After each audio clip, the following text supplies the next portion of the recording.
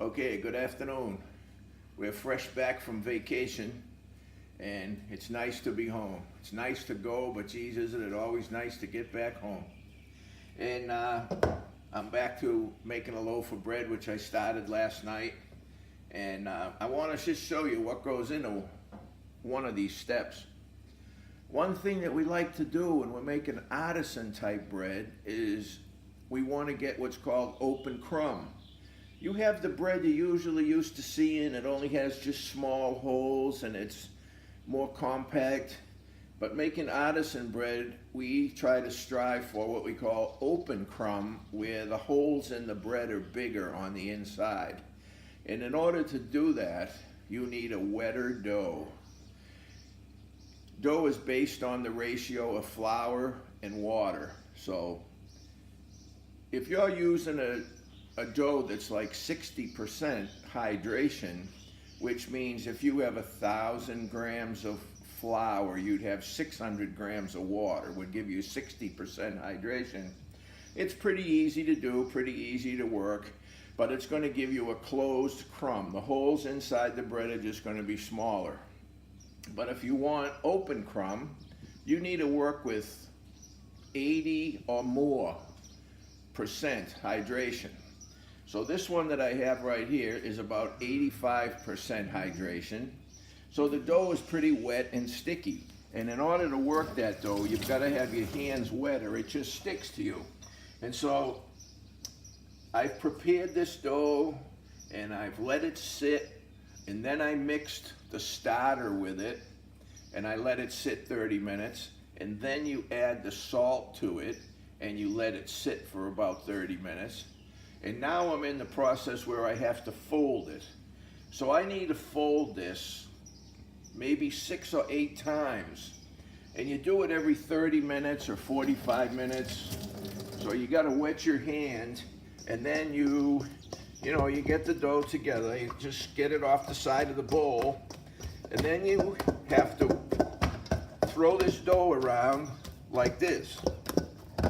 And you turn the bowl, and you keep doing this, and what we're doing is we're developing the gluten.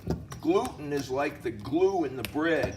It's what's gonna hold the dough together so that it doesn't just, when you put it in on the baking pan, it just goes out like this and you end up with bread like this.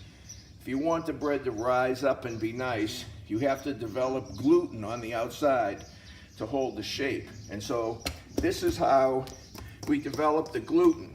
You have to agitate the dough like this, and this puts air in the dough. Right? So I have to do this. I throw this dough around like this. It's called folding. I do this for 5 minutes, and then I wait 30 minutes, 45 minutes, something like that. And then I do it again.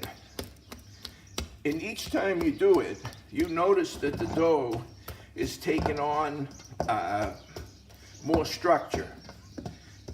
It becomes where the dough is not so wet, not so thick. You see, it's hardly sticking to my hand, which it was sticking to my hand quite a bit before.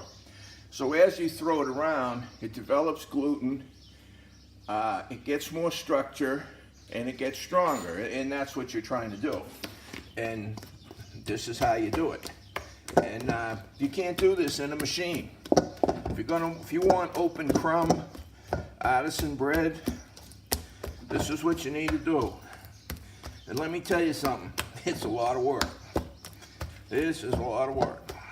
I can't do right now 5 minutes without stopping. I need to stop, rest a second, and do the next to try to get a full 5 minutes. But just keep turning the bowl and throw the dough like this. You can hear it slapping, and it's building strength, and it's putting the air in the dough.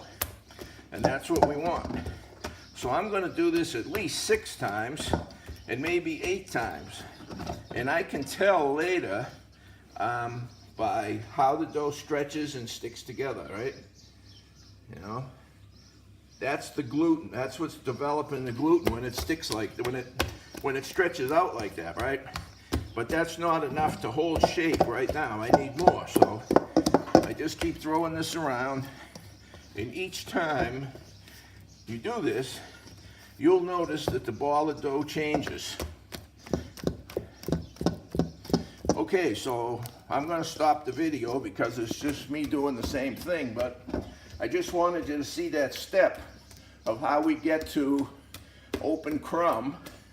And so once I get this all developed and I'm done folding it, then I'm going to put it in one of my proofing baskets like this here. I'm going to put it in the proofing basket, and then I'm going to leave it in the refrigerator for a good 12 to 14 hours. You can even leave it in 24 to 48 hours, but I usually do 12 to 16. And that lets it bulk ferment, and it lets the sourdough ferment and get more into the dough, which gives it a nicer flavor, okay? So maybe I'll show you the step tomorrow when I actually take it out of the basket, put it in the oven, and then the best thing comes is when it's all done and I cut the bread and I fold it open and we see if it worked, and I got big holes in there, okay? So that's this step, and we'll tune in later, okay, for the rest. Thank you.